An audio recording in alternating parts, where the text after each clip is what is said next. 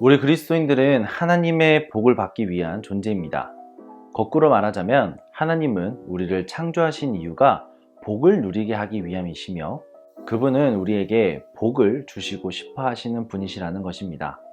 오늘 말씀에서 다윗은 복 있는 사람에 대해서 정의하고 있습니다. 그 정의가 1절과 2절에서 직설적으로 나타나고 있는데요. 이 두 절이 한 문장이라고 생각했을 때 주어와 동사만 보아도 그 의미가 명확하게 드러납니다. 복 있는 사람은 악인들의 꾀를 따르지 아니하며 죄인들의 길에 서지 아니하며 오만한 자들의 자리에 앉지 아니하고 오직 여호와의 율법을 즐거워하여 그의 율법을 주야로 묵상하는 자로다. 다윗이 정의한 복 있는 사람은 묵상하는 자라는 것입니다. 여기서 목적어를 추가하자면 주의 율법, 즉 말씀을 묵상하는 자라는 것이지요. 다윗은 말씀을 가까이 하는 자였습니다. 그는 어릴 적 양치기 싫을 때부터 양을 치며 우리의 목자 되시는 하나님을 생각하고 자신이 만든 시로 작곡하여 찬양하던 자였습니다. 그는 삶의 구석구석에서 하나님과 동행하며 하나님을 묵상하는 자였습니다. 반면 이스라엘의 첫 번째 왕이었던 사울은 어땠나요?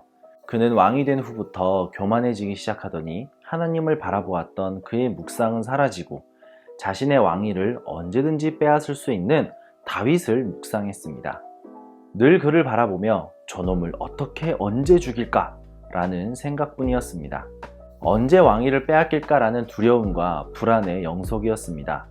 하나님이 보내신 악신에게 괴로움을 받으며 틈만 나면 다윗을 죽이려 했고 심지어 그의 아들 요나단에게까지 창을 던져 위협했습니다. 사울은 하나님을 생각하고 묵상하는 것마저 수동적이었습니다. 그는 스스로 하나님을 찬양한 것이 아닌 머리가 아프고 마음이 심란할 때마다 다윗의 수금을 통해 그가 부르는 찬양을 듣기만 했습니다. 효과는 있었지만 그것은 일시적인 것뿐이었습니다. 여러분의 삶의 묵상은 누군가가 묵상한 것에 대한 반응으로만 있다면 이젠 우리 스스로가 하나님과 직접 대변해야 할 때입니다. 먼저는 하나님을 매 순간 기억해야 합니다. 다윗은 주님의 말씀을 밤낮으로 묵상하며 하나님을 생각하고 기억했습니다. 우리의 삶도 매 순간 하나님을 기억해야 합니다. 그 방법은 우리의 삶의 선택의 순간, 일의 방식, 타인과 교제할 때 등 모든 부분에서 하나님의 법칙과 방식을 생각해야 한다는 것입니다.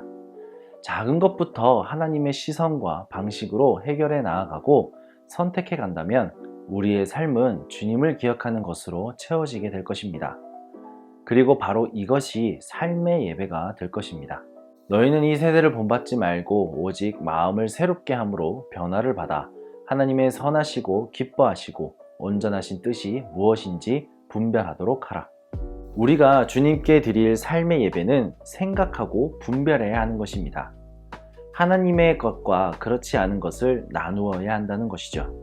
그리고 하나님의 것이 아닌 악인의 꾀를 따르지 않으며 죄인들의 길에 서지 않고 오만한 자리에 앉지 않는 결단과 실행을 통해 온전한 삶의 예배를 이루어야 합니다.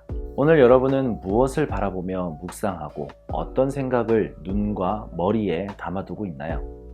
우리가 바로 보아야 할 하나님 나라의 뜻을 통해 세상의 것과 분별하여 온전한 삶의 예배로 하나님의 기뻐하시고 온전하신 뜻이 이 땅에서 이루어가는 그리스도인들의 삶이 되시기를 축복합니다.